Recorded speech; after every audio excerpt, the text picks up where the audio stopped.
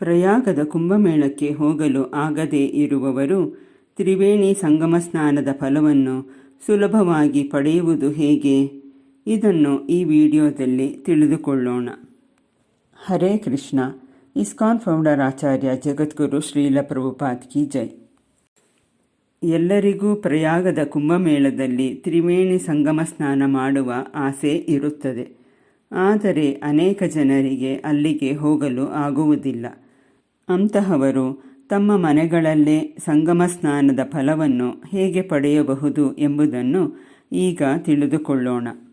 ನಾವು ನಿತ್ಯವೂ ಸ್ನಾನ ಮಾಡುವಾಗ ಈ ಮಂತ್ರವನ್ನು ಉಚ್ಚರಿಸಿದರೆ ನಮಗೆ ನಿತ್ಯವೂ ಪ್ರಯಾಗದ ತ್ರಿವೇಣಿ ಸಂಗಮ ಸ್ನಾನದ ಫಲವು ಸಿಗುತ್ತದೆ.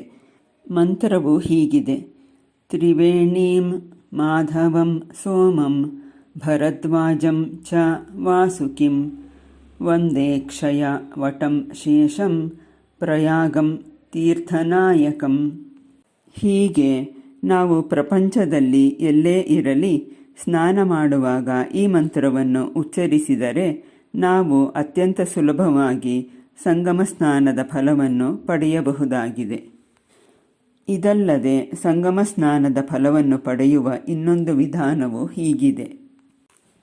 ನಾವು ಗೋಮಾತೆಯ ಹಿಂದೆ ಹಿಂದೆ ನಡೆದು ಹೋಗುವಾಗ ಗೋಮಾತೆಯ ಗೊರಸುಗಳಿಂದ ಮೇಲೆದ್ದ ಧೂಳು ನಮ್ಮ ಮೇಲೆ ಬಿದ್ದಾಗ ನಮಗೆ ತ್ರಿವೇಣಿ ಸಂಗಮ ಸ್ನಾನದ ಫಲವು ಸಿಗುತ್ತದೆ, ಕುಂಭ ಸ್ನಾನದ ಫಲವು ಸಿಗುತ್ತದೆ.